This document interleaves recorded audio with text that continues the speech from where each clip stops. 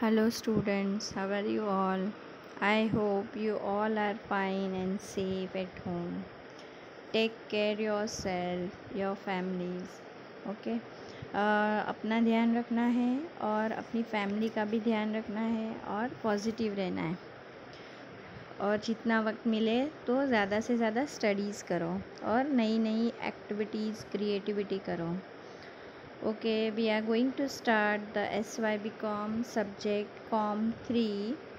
In that, in last video already we had discussed decision making, part of decision making, the meaning of decision making, and the decision making is very easy concept कि हमें सबको पता है कि decision making यानी क्या। तो to take a decision with process wise, जब कोई डिसीज़न लेते हैं तो उसको प्रोसेस वाइज आइडेंटिफाई करके सिलेक्ट करके प्रॉब्लम सॉल्व करने की कोशिश करते हैं और एक डिसीज़न पे आते हैं, उसको कहते हैं डिसीज़न मेकिंग। उसमें हमने लर्न किया, we had learn essentials of sound decision making कि एक साउंड डिसीज़न मेकिंग लेना है, अच्छा decision, proper good decision, strong decision लेना है तो उसके लिए क्या क्या ज़रूरी है, तो वो हमने लर्न किया था और उसमें हमने बहुत सारे पॉइंट्स लर्न किए।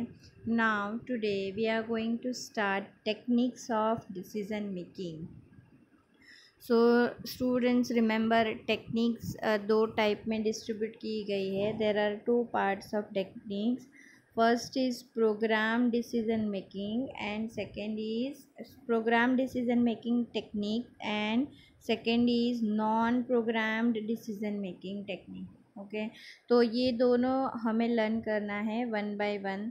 जब हम डिसीज़न लेते हैं तो उसमें बहुत सारी अलग अलग टेक्निक्स होती है बिजनेस के अंदर। तो when the manager is taking decision और otherwise subordinates, otherwise supervisor, whoever कोई भी डिसीज़न ले रहा है तो देर आर सम टेक्निक्स उस डिसीज़न को लेने के लिए। ऐसे ही डिसीज़न नहीं लेना। तो we are going to learn here program decision making technique. First point, that is program decision making technique. In that meaning, that is the program decision is used sorry, program decision is used for repetitive activities. देखो, जहाँ जहाँ जो जो organisation में जो चीज़ बार बार होने वाली है, रिपीट होने वाली है, उसको बोलते हैं रिपीटेटिव एक्टिविटीज़ के लिए जो डिसीज़न लिए जाते हैं उसको कहते हैं program decision making. Again, a program decision is used for repetitive activities. Generally, lower level managers make such decision to deal with routine but complex problem. This technique is also called as quantitative techniques. Program decision making जो technique का नाम है उसका और एक नाम है quantitative technique. और यहाँ पर क्या होता है, नॉर्मली लोअर लेवल के मैनेजर्स होते हैं वो ये डिसीजन ज़्यादा लेते हैं और कॉम्प्लेक्स रूटीन लाइफ के जो प्रॉब्लम्स होते हैं वो डील करते हैं और रूटीन लाइफ के रिलेटेड जो डिसीजंस होते हैं वो लोग डील करते हैं। तो प्रोग्राम डिसीजन मेकिंग टेक्निक्स का मीनिंग एकदम इजी है, जिसका रिपीटेटिव एक्टिविटीज़ में जाता है, जो बार बार उसे बिजनेस में डिसीज़न लेने की ज़रूरत पड़ती है, जो एक्टिविटीज़ बार बार होती है। फॉर एग्ज़ाम्पल, थोड़ा सा आपको मैं इन डिटेल्स की बार बार एक्टिविटीज़ क्या होती है। तो अभी सेल्स के रिलेटेड मुझे कोई डिसीज़न लेना है कि मेरा सेल डाउन हो गया तो मुझे प्रमोशन के लिए कुछ करना है, तो मैं फ्री गिफ्ट देती हूँ या ये देती हूँ, एक्स्ट्रा देती हूँ या by one get one free देती हूँ या कुछ भी देती हूँ मैं। ओके, तो उसके लिए जो मैं डिसीजंस लेती हूँ तो उसको कहते हैं प्रोग्राम डिसीजन मेकिंग। क्यों? क्योंकि सेल्स के रिलेटेड डिसीजन रिपीटेटिव एक्टिविटीज़ में आता है, वन टाइम नहीं होता है।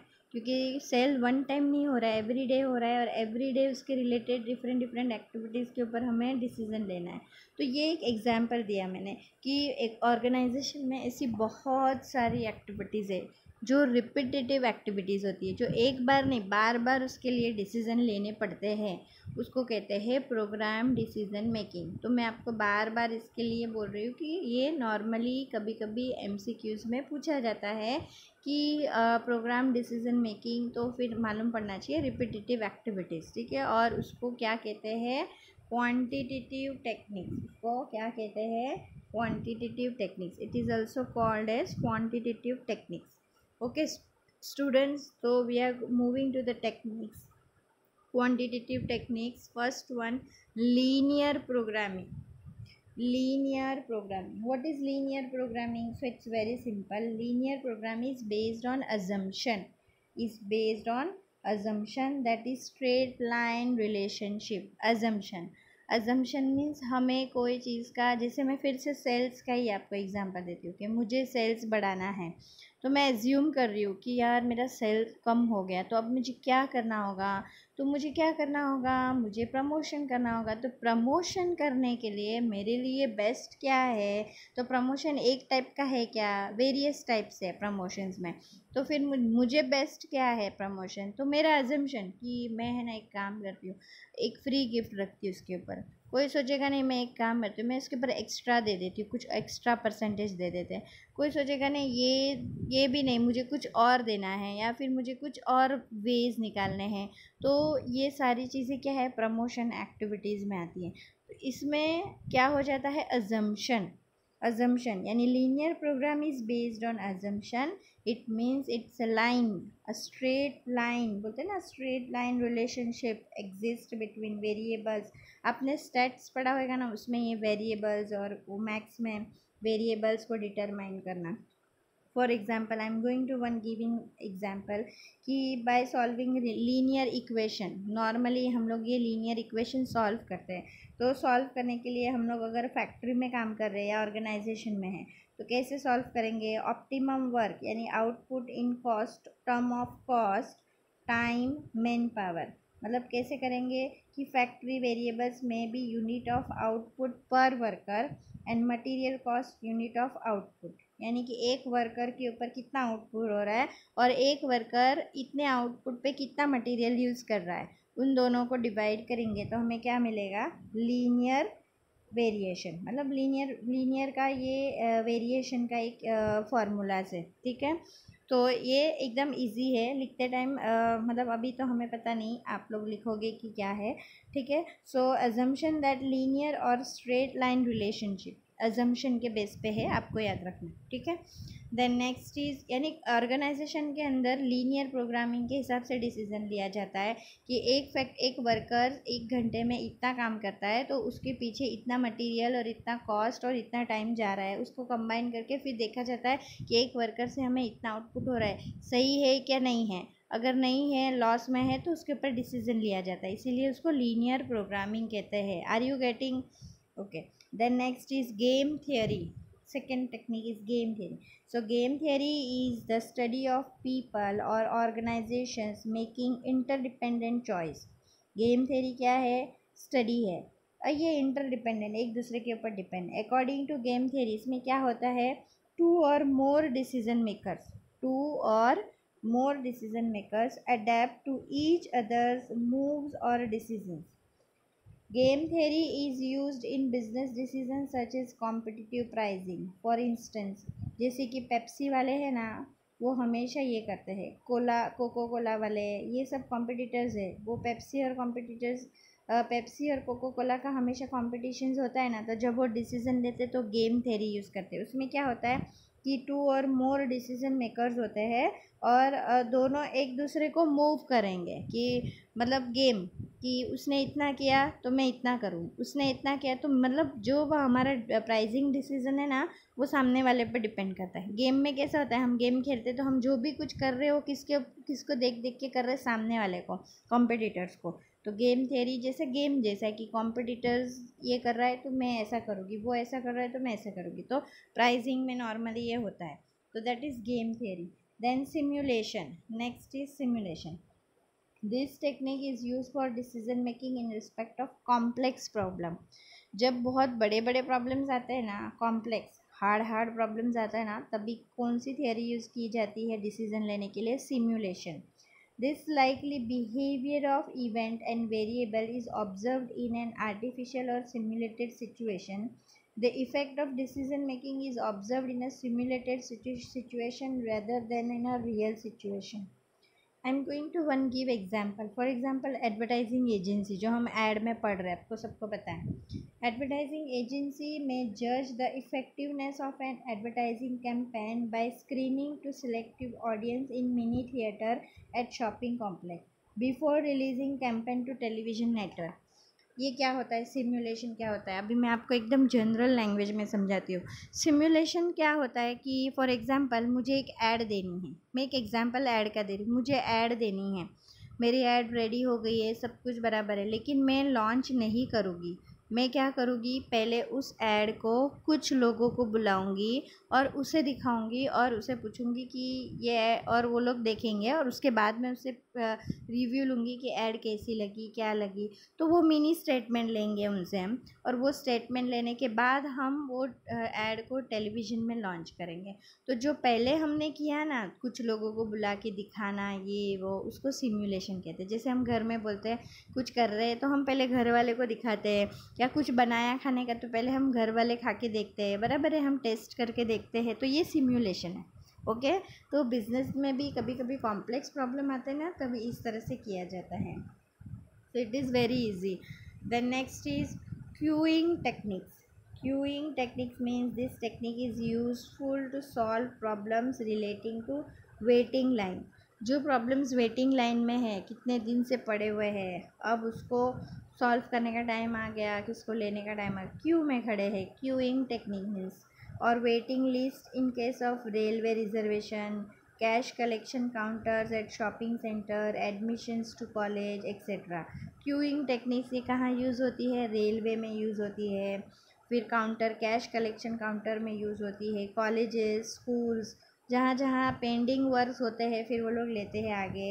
At the time of college admission more counters can be set up receiving application and collection of fees. And the objectives of this technique is determine the optimum number of facilities required to cost of such services. Means क्या हुआ कि जब मुझे बहुत सारा work है, तो मैंने बोला कि मेरे यहाँ पर कॉलेज में 50% पे क्लोज़ हो रहा है, तो उसके बाद 45 है, 48 है, 49, वो क्यू में खड़े हैं. तो सारा एडमिशन होने के बाद फिर उनका कुछ डिसीज़न लिया जाता है, उसे कहते हैं क्यूइंग टेक्निक. ओके. तो क्यूइंग टेक्निक इस तरह से डिसीजन लेने में हेल्पफुल होता है. जब इस तरह का डिसीजन होता है तो उसे कहते हैं कि कौन सी टेक्निक डिसीजन ले रहे हैं, queuing technique decision. Then network techniques. Okay. Managers use network technique. Network मतलब पता है ना, ऑनलाइन. पर्ट एंड CPM इसमें दो आता है. Several activities are required to be completed. Such techniques are complex project. जो बहुत कॉम्प्लेक्स प्रोजेक्ट्स होते हैं बड़े बड़े स्केड्यूल वाइज, उस प्रोजेक्ट को सॉल्व करने के लिए और कंप्लीट करने के लिए जो टेक्निक यूज़ होती है उसे कहते हैं network technique. In that the manager can find out the critical path, CPM, critical path, the activity that takes longest time. और जब हार्ड चीज़ें सॉल्व करनी होती है तो क्रिटिकल पाथ सॉल्व करना होता है, उसमें क्रिटिकली उसको देखना पड़ता है, मॉनिटर करना पड़ता है. Speed up critical path so the project gate completed on time.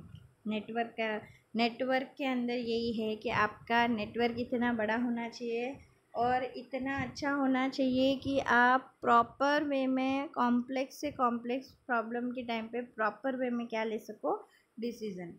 तो आपको नेटवर्क टेक्निक में यही है कि जब भी कॉम्प्लेक्स प्रॉब्लम्स आते हैं, बड़े बड़े प्रोजेक्ट्स आते हैं, तो उस टाइम पे आपको क्रिटिकल पाथ बनाना है और उसके थ्रू अपनी प्रॉब्लम्स को क्या करना है, सॉल्व करना है.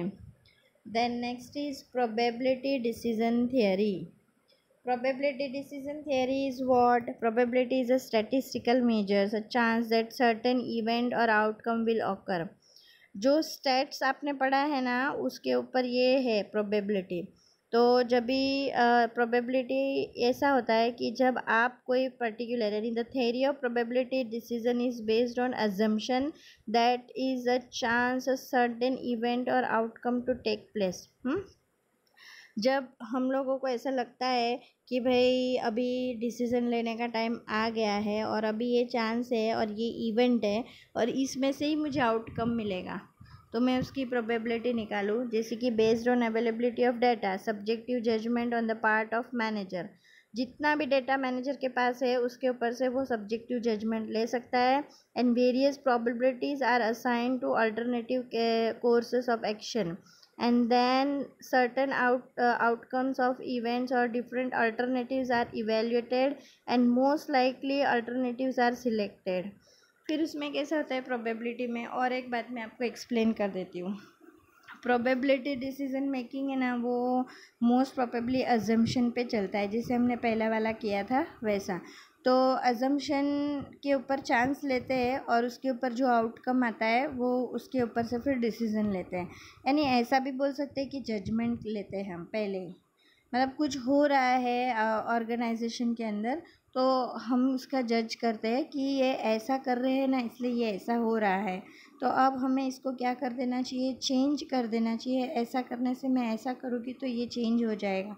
तो मतलब समटाइम्स ऐसा होता है कि ये क्या हो रहा है कुछ समझ में नहीं आ रहा है, लेकिन कभी कभी जो आउटकम्स आते हैं ना उससे समझ में आ जाता है कि हाँ शायद मेरा जजमेंट राइट था।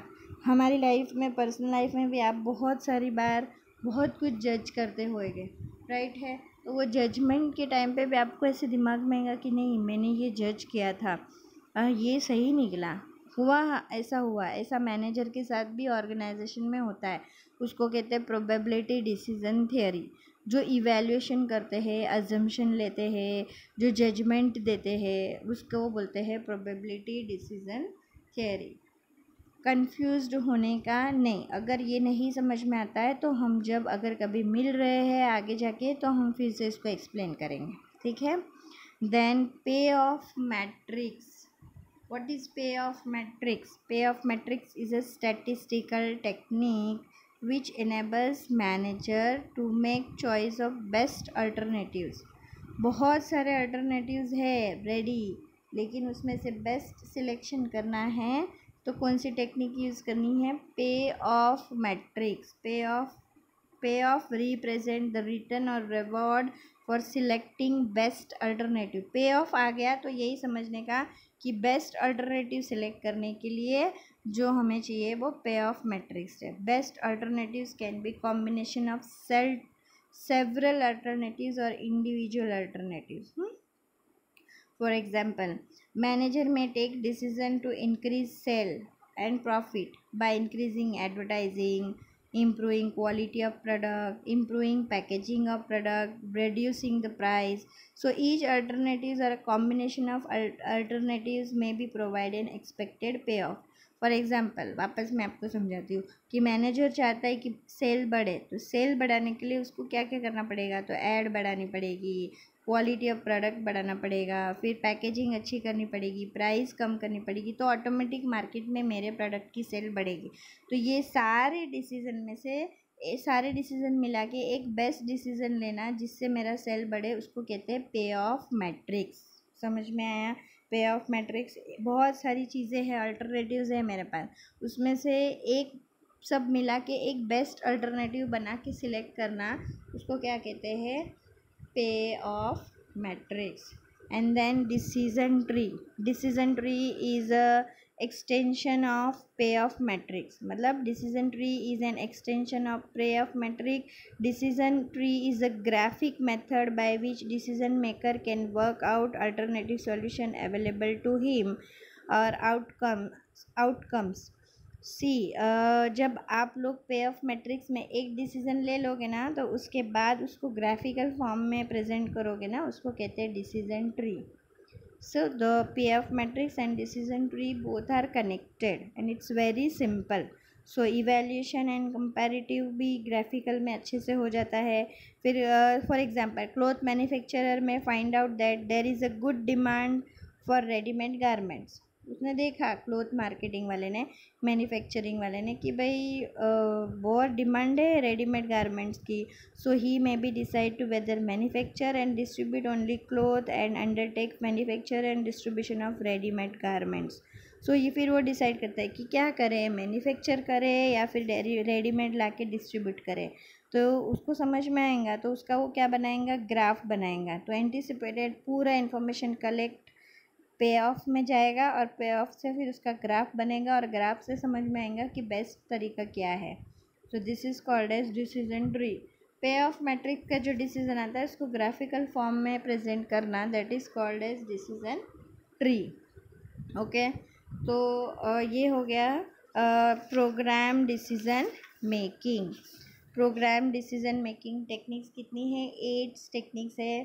वेरी सिंपल है, थोड़ा थोड़ा सा डिफ़िकल्टीज लग सकती है, बार बार सुनना, आपको समझ में आ जाएगा। वेरी सिंपल है, थोड़ी बातें इसमें से ध्यान में रखना, एमसीक्यूज़ के लिए वो इम्पॉर्टेंट रहेगा। नेक्स्ट वीडियो में हम देखेंगे non program decision making techniques, जिसकी टेक्निक्स रहेगी हमारे पास 5 टेक्निक्स है उसकी, वो हम लर्न करेंगे। तो अभी हमने जो लर्न किया वो कितनी हो गई टोटल? 8 डिसीजन मेकिंग, यानी कि 8 program decision making techniques. Program decisions को आपको याद रखना है, रिपीटेटिव एक्टिविटीज़, ये आपको भूलना नहीं है। और उसको और क्या बोलते हैं? Quantitative techniques. और कभी कभी पूछा जाता है कि ये टेक्निक्स कौन सी है, प्रोग्राम्स है या नॉन प्रोग्राम्स है? तो देन वी शुड नो कि ये प्रोग्राम्स डिसीजन मेकिंग टेक्निक है कि ये non program decision making technique है। Okay students, take care and bye.